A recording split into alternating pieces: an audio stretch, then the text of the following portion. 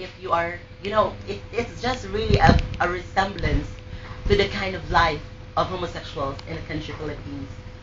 Because we are in, or I can say there are just some gays who played to be mediocre. They are just contented with what they have, rather knowing that there are some things to be mind of, or there are certain things, certain norms that could change, really could change our status of living. So if your back is bent, never tolerate it, because someone will overpower you, and someone will step you down. Someone will pull you down, even if you're already down.